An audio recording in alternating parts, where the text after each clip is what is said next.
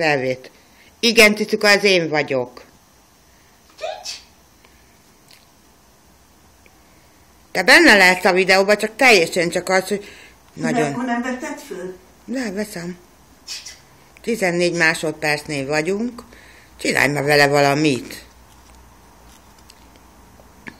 Na, nézd meg. Veszed? Mama, te világíz híres leszel ezzel a macska játékkal, mert most fölteszek a YouTube-ra. Arra akarom, hogy arra forduljon. Még a hangom is benne lesz, mi? Azzal teszek zenét, úgyhogy attól ne félje.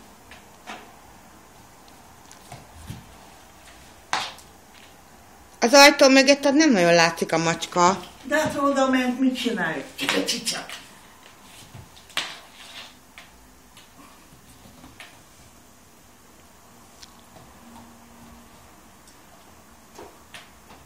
Tudod, mindig itt félbe hagyja. Gyere, gyere.